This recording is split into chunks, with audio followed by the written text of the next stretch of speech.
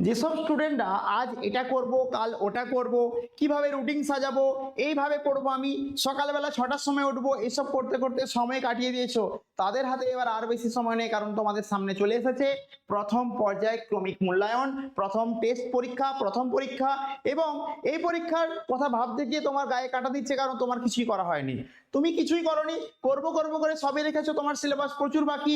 কি প্রশ্ন করব, কোনটা করব, কি করব, যখনই তুমি পাতা উল্লাচ্ছ বই তখনই তোমার মন খারাপ হয়ে যাচ্ছে। আর মন খারাপ যাতে না হয় তার জন্যই তোমাদের এই পুরো প্রথম পর্যায়ক্রমিক মূল্যায়নের সাজেশন আমি নিয়ে চলে এসেছি।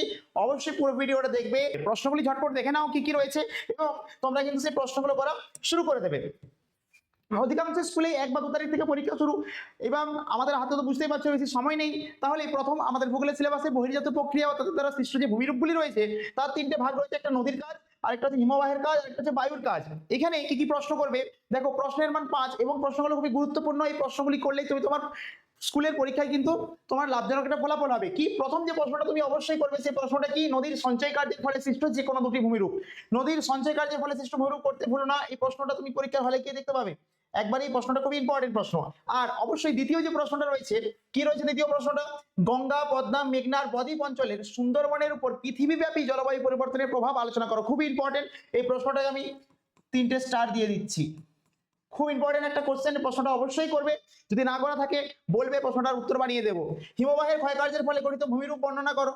হিমবাহের ক্ষয়কার্য খুব ইম্পর্টেন্ট একটা কাজ, এবং এই সমস্ত প্রশ্নগুলির মধ্যে সেটা সব থেকে ইম্পর্টেন্ট, সেটা হচ্ছে বায়ু জলধারার মিলিত কার্যের ফলে সৃষ্ট ভূমিরূপগুলির সম্বন্ধে দেখো।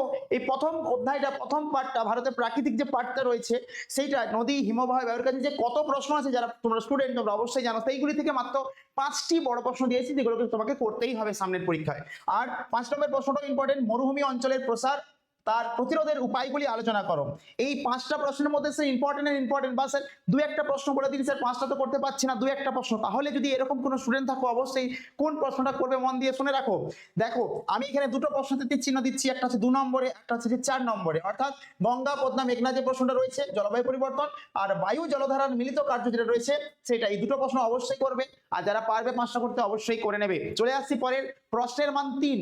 এই প্রথম পার্টের প্রাকৃতিক পার্টের প্রশ্নের 3 মানে তোমাদের কি কি করতে হবে। সবচেয়ে ইম্পর্টেন্ট 1 নম্বরে যে প্রশ্নটা রয়েছে, কি নদীর মোহনায় বদ্বীপ গড়ে ওঠার অনুকূল পরিবেশ।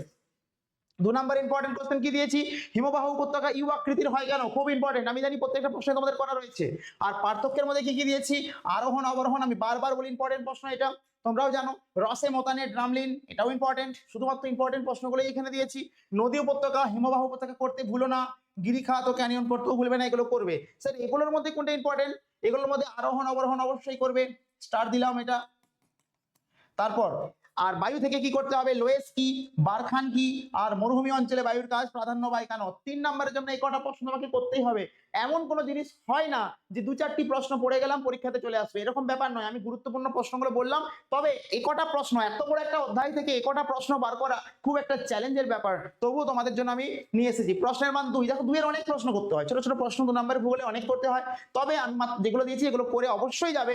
সেটা কি, পর্যায়ন, আর কি করবে, ধারণ অববাহিকা, আর কি করবে, মন্থকূপ, ষষ্ঠ ঘাতের সূত্র, জলবিভাজিকা, প্লাঞ্চ পুল, ঝুলন্ত উপত্যকা, হিমশৈল, সব এগুলো 2 নম্বরের। হিমরেখা, বার্গশুন্ড, মোরেন, ফিয়র্ড, নুনাটক্স, ক্রেভাস, বহির্বিধত সমভূমি বা ইংলিশে বলে আউটওয়াশ সমভূমি, সার্ক, ইয়ারদাং, বালিয়াড়ি, ইনসেলবার্জ, ওয়াদি, বাজাদা, প্লায়া মরুকরণ।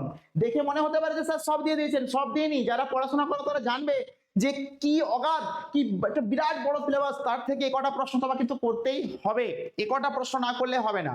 আর প্রাকৃতিক পার্টে অনেকগুলো পার্ট রয়েছে, দেখো অবস্থান প্রশাসনিক বিভাগ রয়েছে, ভূপ্রকৃতি রয়েছে, জলসম্পদ রয়েছে, জলবায়ু রয়েছে, মৃত্তিকা রয়েছে, স্বাভাবিক উদ্ভিদ রয়েছে। এতগুলো পার্ট থেকে তোমাকে কয়েকটা প্রশ্ন দিচ্ছি, কটা শুনলে বা দেখলে অবাক হয়ে যাবে।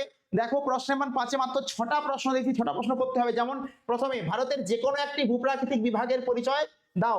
যে কোনো একটি ভূপ্রাকৃতিক বিভাগ বলতে তোমরা সাধারণত হিমালয়টার উপর জোর দেবে, আমি তোমাদের হিমালয়ের ভাগটা বলে দিয়েছি, হিমালয়। এরপর কি করবে, ভারতে জলসেচের যে কোনো 3টি প্রয়োজনীয়তা অবশ্যই করবে, জলসেচ। ভারতবর্ষের বিভিন্ন জলসেচ ব্যবস্থা সম্পর্কে করবে। আর জলবায়ু থেকে ইম্পর্টেন্ট মাত্র একটা প্রশ্ন কি দিয়েছি, মৌসুমী বায়ুর প্রভাব। মৌসুমী বায়ুর প্রভাব খুব ইম্পর্টেন্ট। তার সঙ্গে 5টি বৈশিষ্ট্য দেখে রাখবে। আমাদের এখানকার জলবায়ু 5টি বৈশিষ্ট্য কোনো ব্যাপার নয়, খামখেয়ালিপনা যেমন একটা বৈশিষ্ট্য হয়ে যেতে পারে, এরকম করে অনেক বৈশিষ্ট্য বানানো যাবে। আর নিয়ন্ত্রকগুলো দেখে রাখবে। 5 নম্বরের প্রশ্ন কি দিয়েছি, ভারতের মাটি ক্ষয় প্রতিরোধ এবং সংরক্ষণের উপায়। মৃত্তিকা থেকে একটাই প্রশ্ন, ইম্পর্টেন্ট, খুবই ইম্পর্টেন্ট এই প্রশ্নটা। এছাড়া ভারতের স্বাভাবিক উদ্ভিদের উপর জলবায়ুর প্রভাব, এই 6টা প্রশ্ন তোমাকে ভারত থেকে করতে হবে, তারপর তোমাকে যেতে হবে।